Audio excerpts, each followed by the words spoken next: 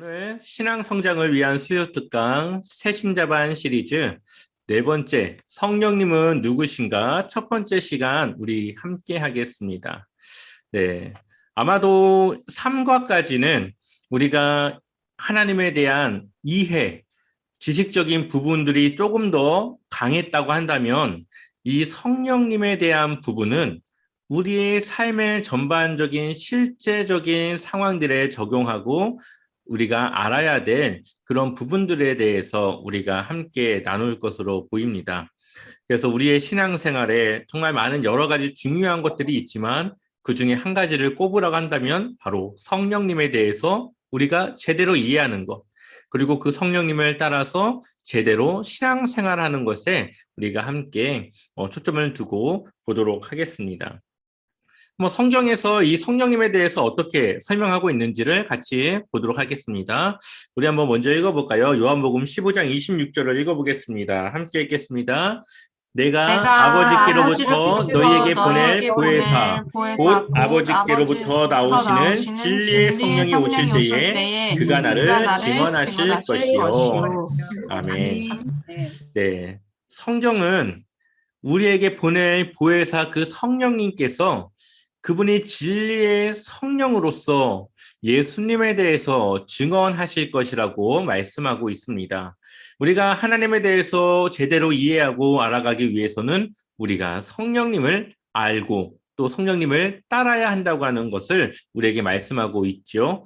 자, 요한복음 16장 7절 말씀도 읽어보겠습니다. 함께 읽어보겠습니다. 그러나 내가 너희에게 실상을 말하노니 내가 떠나가는 것이 너희에게 유익이라.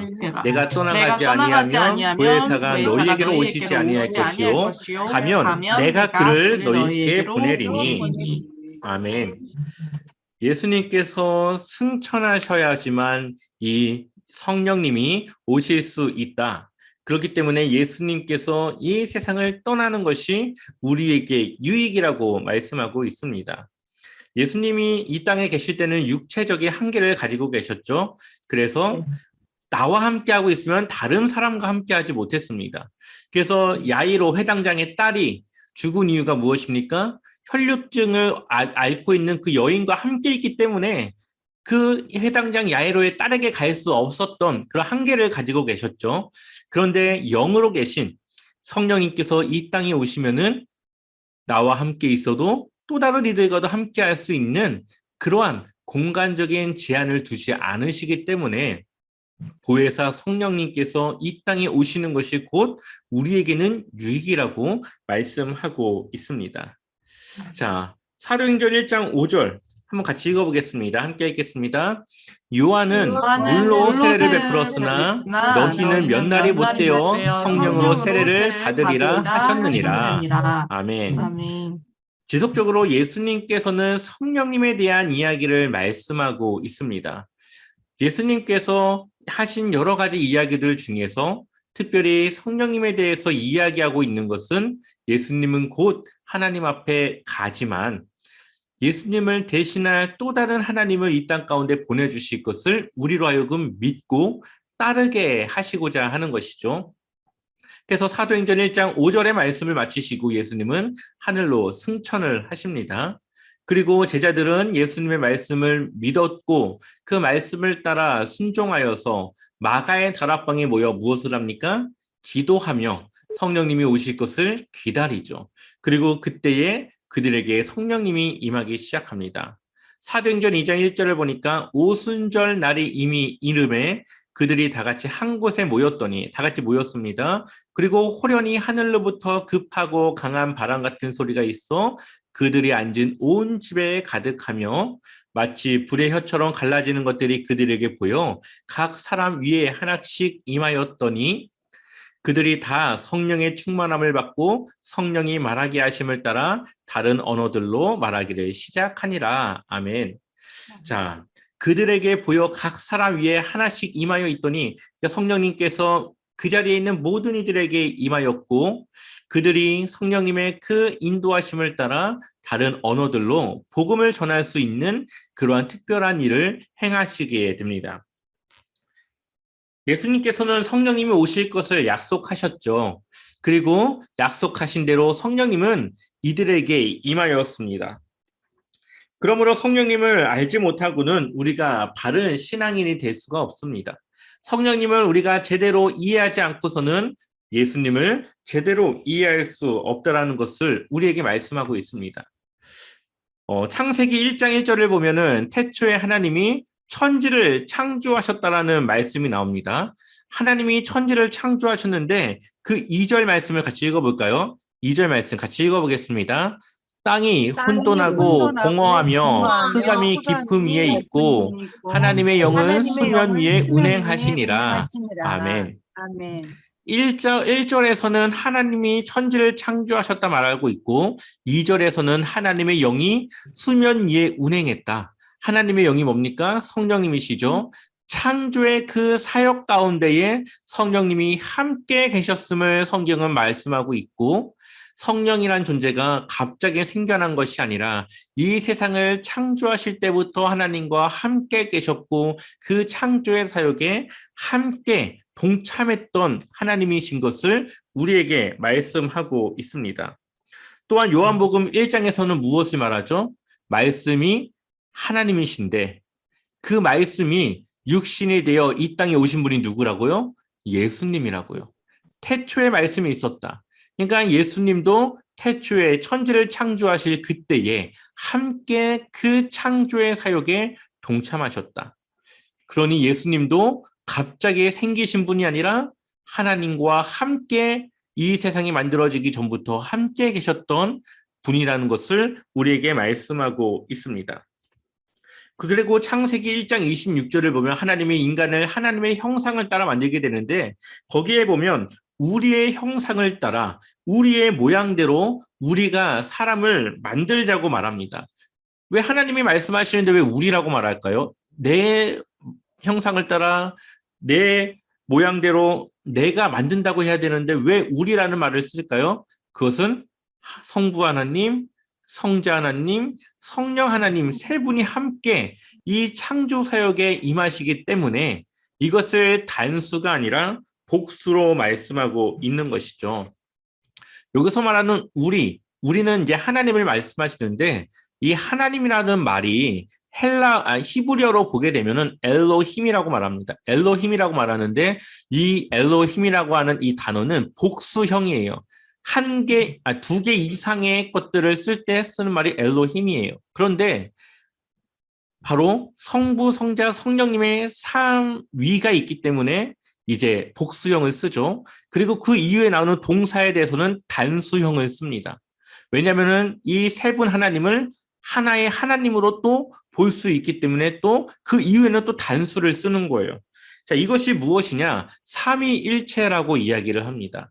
아마 삼위일체라는 말은 여러분들 많이 들어보셨고 그 삼위일체에 대해서 많은 설명을 들었을 거라고 생각이 들어요.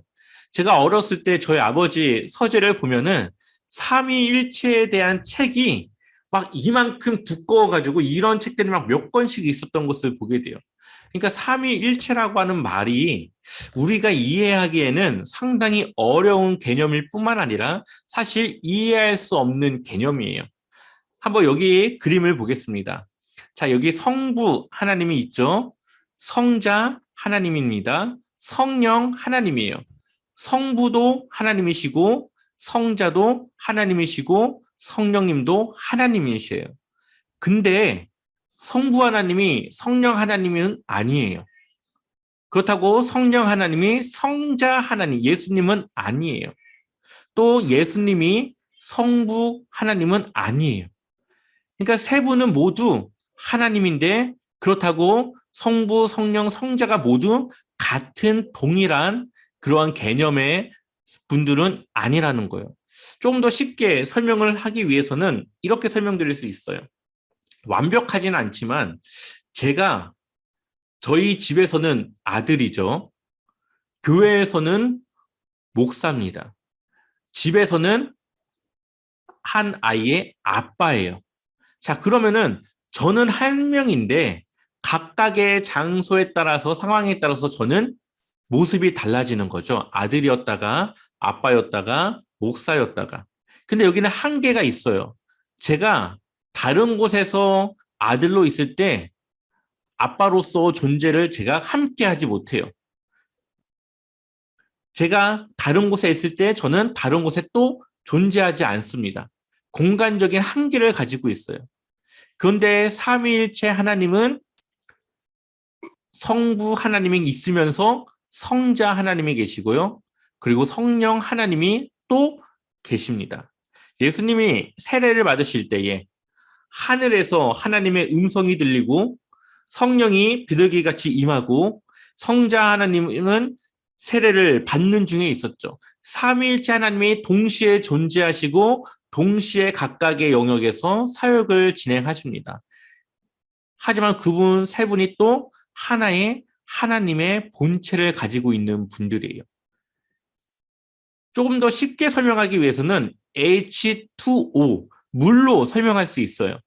물은 그냥 보통의 온도일 때는 뭐죠? 액체죠. 그리고 끓이면 뭐가 됩니까? 기체가 돼요.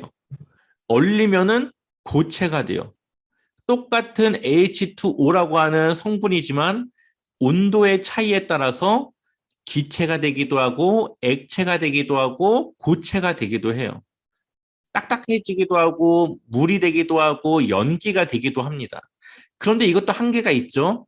세 개가 같이 존재하진 않아요. 그러니 이 삼위일체라는 개념을 인간의 논리와 입으로는 사실 설명할 수 없는 그러한 한계의 영역이에요. 자, 그렇다면 어떤 분들은 이렇게 말할 거예요. 그러면 우리가 믿을 만한 대상이 아닌 거 아니에요? 이렇게 말할 수가 있어요. 우리가 설명하지 못하고 이해하지 못하는데 어떻게 그것을 우리가 믿어야 되죠? 라고 말할 수가 있어요. 그런데 하나님을 우리가 이해할 수 있다고 한번 생각해 봅시다. 그렇다면 하나님의 한계, 하나님의 수준, 그것은 인간의 한계와 인간의 수준을 뛰어넘지 못한다는 것을 우리가 알 수가 있습니다.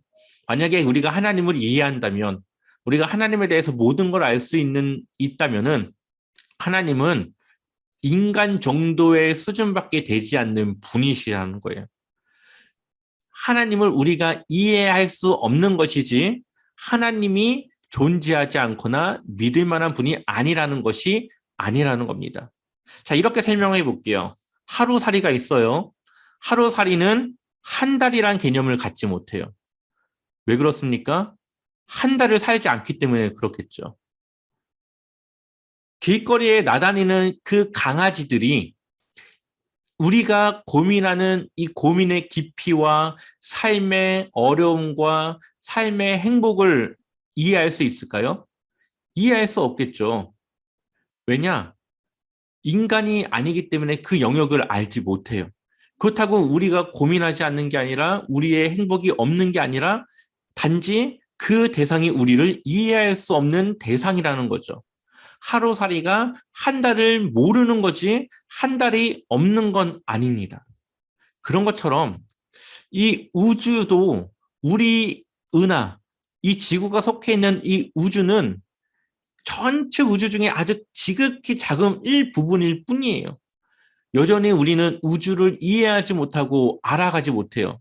그러나 우주가 없다고 말하지 않습니다. 단지 우리가 이해하지 못하고 발견하지 못했다고 말하죠. 하나님의 개념은 우주보다 크시겠죠. 우주를 만드신 하나님은 우주보다 더 높으시겠죠. 그러니 우리가 우주도 이해하지 못하고 우주도 잘 설명하지 못하는데 하나님을 어떻게 우리가 이해하고 설명할 수 있겠습니까? 그러니 하나님이라고 하는 개념, 이것은 우리가 규명, 우리가 이것을 막 논리적으로 막 주장하고 이것을 막 펼쳐서 이해시켜야 되는 영역이 아니라 이것은 어떤 영역입니까? 믿어야 되는 영역이에요. 아멘. 하나님과 성부 하나님과 성자 하나님과 성령 하나님이 세 분은 각각 따로 존재하고 계시지만 그러면서도 동시에 하나의 하나님이시라고 하는 이 개념을 우리가 믿는 것밖에 없어요. 우리가 이것을 규명하거나 이것을 논리적으로 완벽하게 설명할 수 있지는 않습니다. 왜냐? 우리는 그분의 그 수준에 도달하지 못하기 때문에 이것은 우리의 믿음의 영역이라는 것을 성경은 우리에게 말씀하고 있습니다. 사람들은 신에 대한 개념을 네 가지로 이해하게 합니다. 첫 번째는 다신관이에요. 그러니까 여러 신이 있다는 거죠. 예를 들면 화장실 신도 있고 뭐 논두렁 신도 있고 산에 사는 신도 있고 집에 사는 신도 있고 그러니까 신들이 각각의 영역에 존재하는 다신관이에요. 이거는 신에 대한 가장 저급한 그런 신에 대한 개념입니다. 그래서 신이 이 공간의 영역을 벗어나지 못해요. 화장실 신은 화장실 안에서만 자기의 능력을 발휘할 수 있다고 생각하는 거예요. 혹시 보셨는지 모르겠지만 신과 함께라고 하는 영화를 보게 되면은 이제 마동석이라고 하는 이 사람이 자기가 속해 있는 그 공간에서만 힘을 쓸 수 있는 그런 신으로 나옵니다. 사실 그렇다면은 신이라고는 말하지만 신은 아니죠. 완벽하지 않으니까. 공간을 뛰어넘을 수 없으니까 신이라고는 사실 말할 수 없습니다. 자, 그렇다면 그 다음은 뭘까요? 일신관이에요. 여러 신이 있지만 그 신들 중에 이제 한 나라나 한 민족을 책임지고 있는 하나의 신에 대한 개념입니다. 그래서 대한민국을 다스리는 신이 있다고 믿고 또 뭐 이스라엘을 다스리는 신이 있다고 그렇게 한 민족이나 한 나라를 다스리는 신이 있다고 믿는 개념을 바로 일신관이라고 이야기를 합니다. 그 다음은 범신관이에요.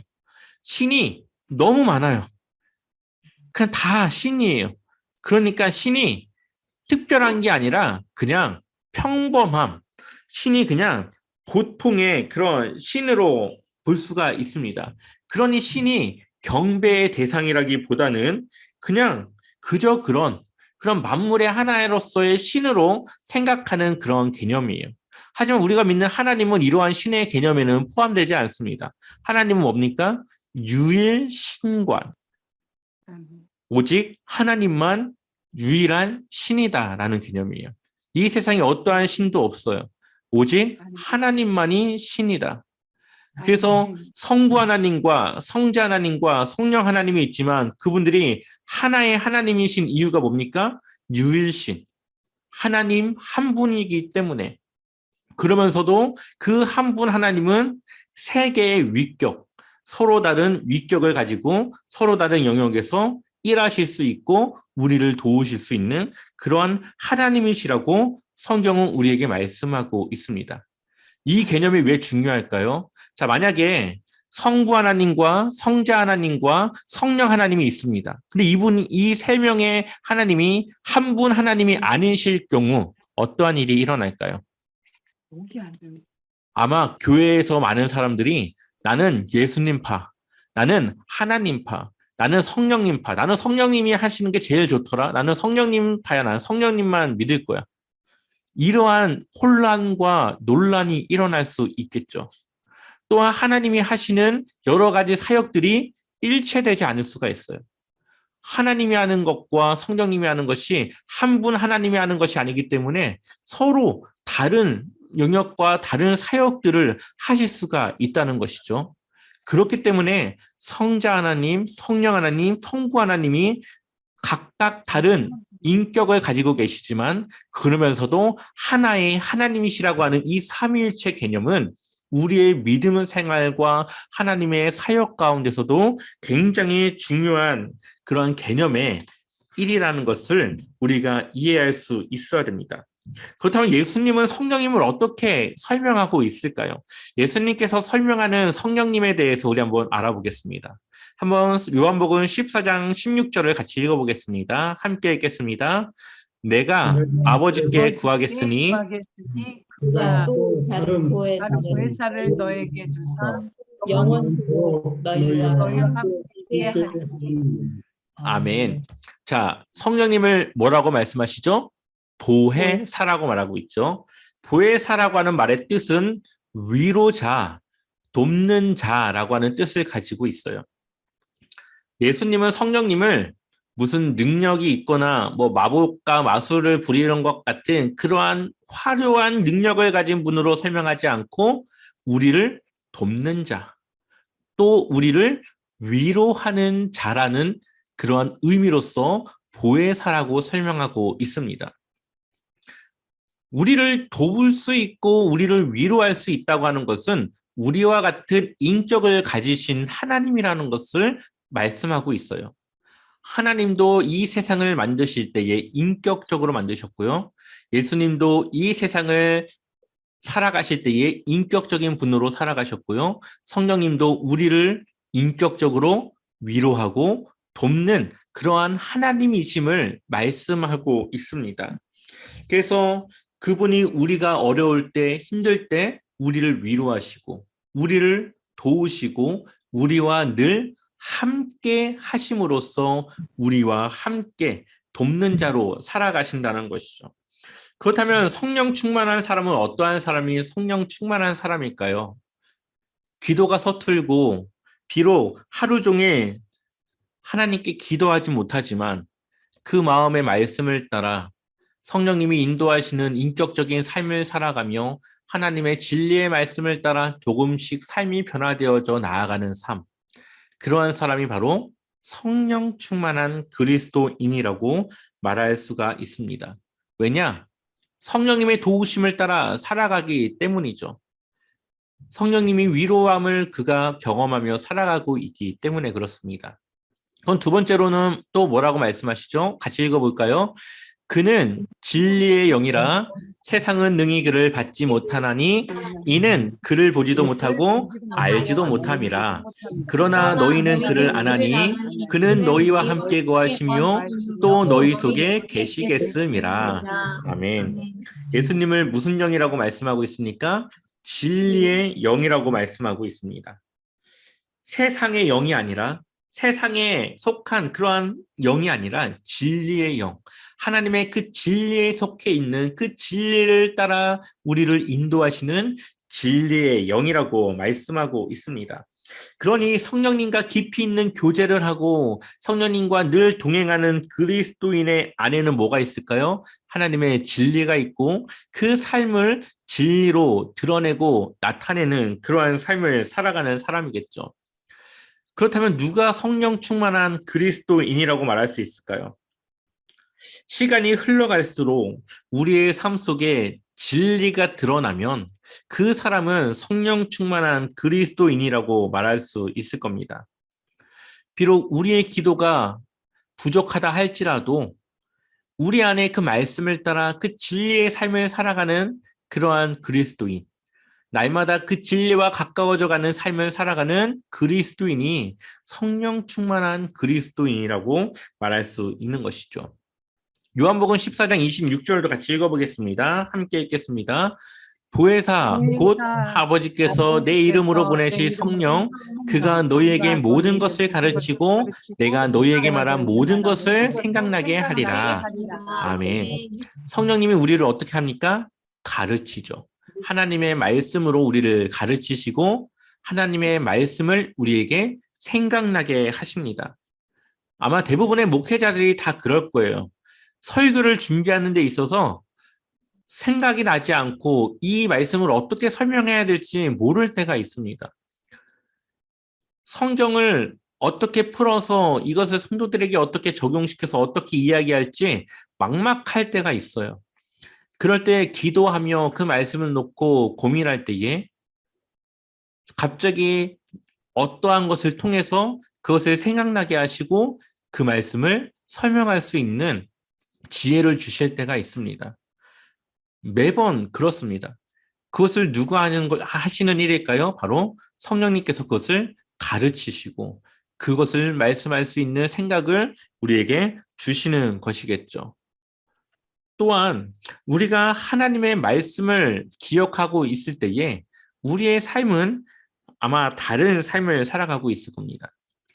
이 이재철 목사님, 새신자반을 쓰신 이 이재철 목사님의 말씀을 빌어서 설명을 드린다면 저는 목사이죠. 하나님의 말씀을 따라 살아가야 되는 목사입니다. 근데 제가 만약에 길을 지나가는데 어떤 행인이 갑자기 느닷없이 제 뺨을 한 대 딱 때린다고 생각해 보십시오. 저의 반응이 어떨까요? 만약 최소한 제가 목사라는 것을 기억하고 있다면은 상대방을 때리지는 않겠죠. 거기에 내 오른뺨을 맞았으면 왼뺨도 돌리라고 하는 말씀이 생각나면은 아마 그 왼뺨을 대진 못하더라도 상대방에 대해서 조금 더 호의적으로 대할 수 있을 겁니다. 한 걸음 더 나아가서 너희 원수를 사랑하고 너희를 박해하는 자를 위해서 기도하라 라고 하는 말씀이 내 머릿속에 생각난다면 한 대 맞아서 기분이 나쁘겠지만 그래도 그 사람을 향해서 웃을 수 있는 그러한 모습이 있을 수 있을 겁니다. 근데 정말 최악의 상황으로 목사인 것도 까먹고 하나님의 말씀도 기억나지 않는다면 저의 본성 그대로의 행동이 나오게 되겠죠. 아마 큰 싸움이 일어날 수도 있을 겁니다. 이처럼 성령 하나님은 우리의 삶 속에 아주 작은 일들까지도 개입하시고 우리가 그리스도인이라는 것을 또 우리 안에 있는 그 하나님의 말씀을 기억나게 하심으로 우리의 행동과 우리의 삶이 어떻게 해야 되는지를 가르치시고 그렇게 말씀으로 동행하시고 우리를 생각나게 하신다라는 거죠. 그러니 우리가 하나님의 말씀을 아는 것도 중요하지만 그 말씀을 따라 살아갈 수 있는 그러한 삶을 위해 기도하며 성령의 인도하심을 구하는 것은 아주 우리의 그리스도인의 삶의 중요한 부분의 하나입니다. 또한 예수님은 뭐라고 말씀하십니까? 요한복음 16장 7절 같이 읽어보겠습니다. 그러나 내가 너희에게 실상을 말하노니 내가 떠나가는 것이 너희에게 유익이라. 내가 떠나가지 아니하면 보혜사가 너희에게로 오시지 아니할 것이요 가면 내가 그를 너희에게로 보내리니. 자, 8절 말씀도 읽어보겠습니다. 그가 와서 죄에 대하여 의에 대하여 심판에 대하여 세상을 책망하시리라. 아멘. 우리의 죄에 대하여 의에 대하여 심판에 대하여 우리를 책망하시겠다. 그러니까 우리가 잘못한 일이 있다면은 그 일에 대해서 책망하시고 깨닫게 하시고 우리가 다시 그 일을 반복하지 않도록 우리에게 찔림과 그 잘못된 생각을 우리의 양심을 건드려 주시겠다는 거죠. 예수님에 의하면 성령님의 사역은 우리를 책망하시는 것이고 우리가 하나님의 말씀을 통해 얻은 우리의 양심을 찔러 하나님의 말씀을 깨닫게 하는 그러한 사역을 우리에게 말씀하신다는 겁니다. 가끔 이제 고객센터에 전화를 해서 항의하거나 문의를 할 때가 있습니다. 근데 제 생각에는 이 맞는 일들을 이 고객센터에서는 안 해주려고 하거나 말을 잘 못 알아들을 때가 있어요. 그러면은 그때 이제 상대방이 제가 목사인 거를 모르니까 좀 짜증 섞인 목소리와 함께 막 그거에 대해서 따지고 물을 때가 있습니다. 그러고 나면은 내가 그래도 목사인데 내가 그러면 안 됐는데 라는 생각과 함께 그 다음번에는 조금 더 조심하게 행동을 하게 되는 경우들이 있어요. 차를 운전할 때도 그렇고 여러 가지 일들 속에서 내가 내 직분과 하나님의 말씀을 아는 자로서의 행동이 올바르지 못할 때 그럴 때 찔림이 있고 그러한 찔림 때문에 그 다음번에는 좀 더 나은 좀 더 좋은 모습으로 살아갈 때가 있다는 거죠. 그렇게 성령님은 우리의 죄에 대해서 의에 대해서 우리를 책망하시고 찌르셔서 우리가 하나님의 말씀과 가까운 삶을 살아가도록 우리를 인도하시는 분이라는 것을 우리에게 말씀하고 있습니다. 우리 마지막으로 읽어볼까요? 함께 읽어보겠습니다. 그러나 진리의 성령이 오시면 그가 너희를 모든 진리 가운데로 인도하시리니 그가 스스로 말하지 않고 오직 들은 것을 말하며 장래일을 너희에게 알리시리라. 아멘. 성령님께서 우리를 모든 진리 가운데로 인도하신다라고 말씀하고 있죠. 어린아이가 어른이 되기 위해서는 지속적으로 부모가 가르치고 알려주고 계속적인 교육이 필요한 것처럼 우리의 신앙이 성숙하고 성장하기 위해서는 우리 안에서 주시는 성령님의 그 인도하심을 우리가 잘 듣고 그것에 순종하여서 우리가 더 하나님의 말씀과 가까운 그런 그리스도인으로 성장해야 된다는 것입니다. 성령님은 때로는 우리에게 능력을 주고 우리에게 특별한 일을 주시기도 하지만 위로자 되시고 돕는 자 되신 성령님이 하시는 주된 일은 우리의 마음 속에서 우리의 생각 속에서 우리가 하나님의 말씀을 깨닫고 그것을 기억하여서 하나님의 말씀을 따라 살아가도록 우리를 인도하시고 우리와 동행하시는 것이 성령님이 우리와 함께 하시는 이유라는 것을 우리가 늘 기억하셨으면 좋겠습니다. 그래서 여러분들이 정말 일상의 모든 일들 속에서 그 마음에 주시는 성령님의 인도하심을 따라 늘 하나님의 원하시는 그리스도인으로서의 그 삶을 살아가시길 축원합니다. 네, 오늘 강의는 여기서 마치도록 하겠습니다. 감사합니다.